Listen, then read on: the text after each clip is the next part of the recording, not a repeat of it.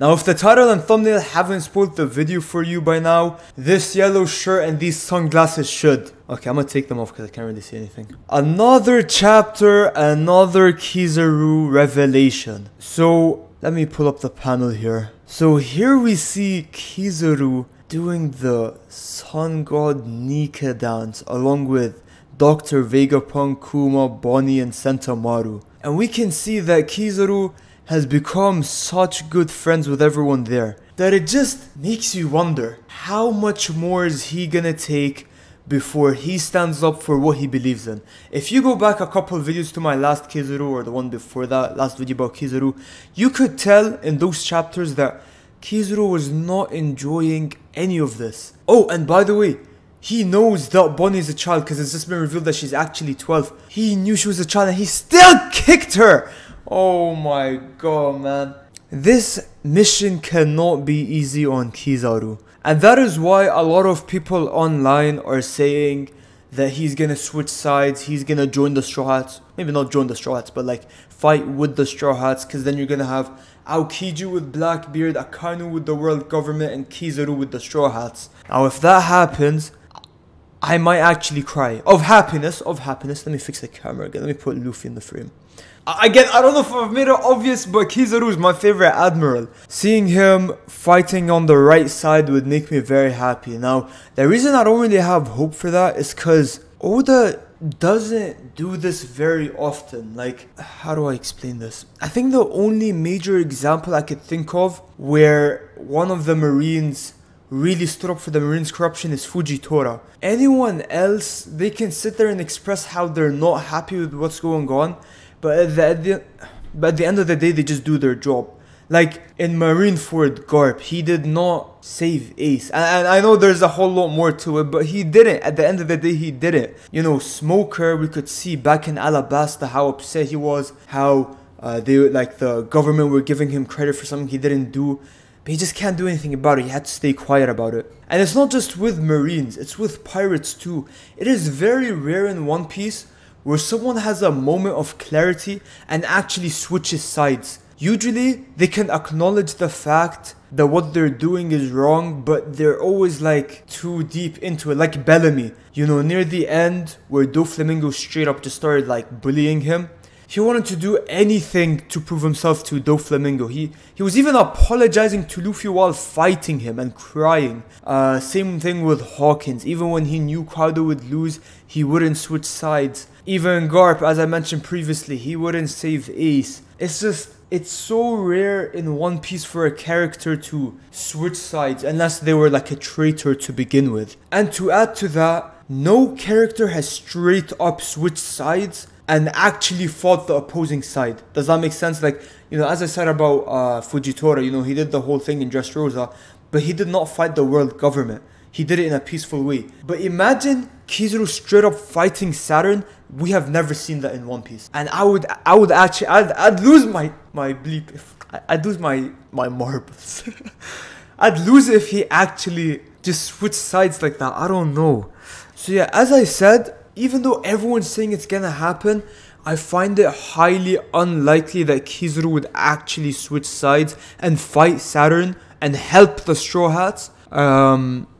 Especially with the type of person Kizaru is. You know, maybe I'd see Fujitora doing it, Aokiji, but Kizaru has always sort of just done his job. And this would actually be revolutionary for his character development if he actually did what he wanted to do for once and not just taking orders like a monkey. Now, this isn't a full chapter review, but I mention this every time. Anything to do with family always gets me so emotional. So, you know, when you see this scene of Dr. Vegapunk fighting... Vegapunk. Oh yeah, that's his name. Fighting for Kuma's life and Kuma's crying. And when we notice Kuma isn't even crying for himself, he's crying because he's so grateful and happy that Bonnie's gonna survive. Like even Kizaru, how does, oh my, you know it's bad when Kizaru is shocked. Like Kizaru is the only character, okay, I know I am a mega glazer, I glaze Kizaru so hard, but I don't care. Even like Kizaru's the only person that when he fought Gear 5 Luffy, he didn't have his eyes pop out of his head. He's always very calm. He's always level-headed in a sort of disturbing, creepy way. Like, he's too calm at times. But even him seeing Kuma cry made him feel some type of...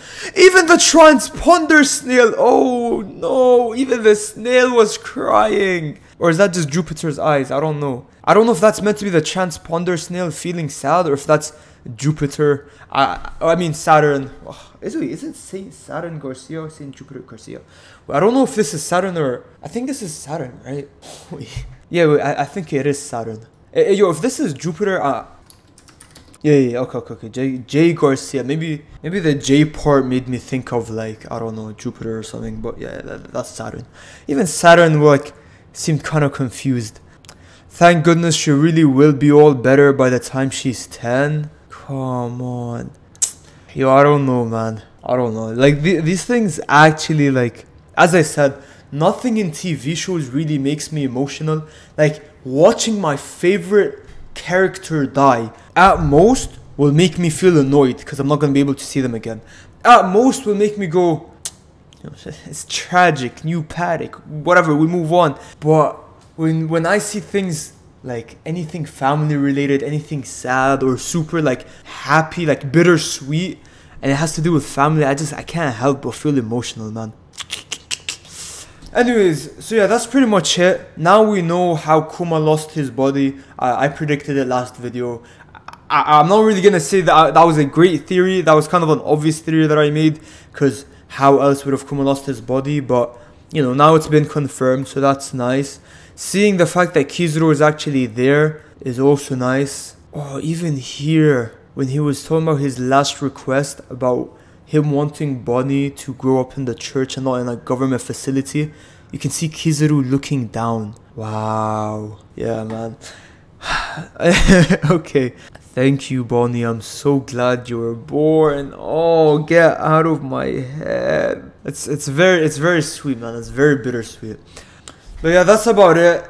Today was kind of a shorter video. I didn't really cover much. I just wanted to talk about the potentiality, I don't know if that's a word, but potentiality of Kizaru actually switching sides and fighting Saturn with Luffy. If that happens, I will go to the One Piece headquarters, which is probably like Oda's basement or whatever. I'm gonna go in there and I'm gonna give him the fattest smooch, because that would be such a nice plot twist. But yeah, I also wanted to mention I'm gonna be making a lot less One Piece related content, because growing my channel, I don't want to just be known as a One Piece creator. I wanna be able to play games the way I used to, like a couple months ago, nearly over a year ago now. I wanna talk about other TV shows, other animes, other movies, stuff like that. And so even if interesting things are happening in One Piece, I think I'm gonna have to take a step back so that people can recognize me for my other work. But yeah, I hope you all enjoyed this video. If you did, leave a like, subscribe, and I'll be posting hopefully maybe in the next few days. If you all are lucky, I'll be posting again in less than a week. Bye bye.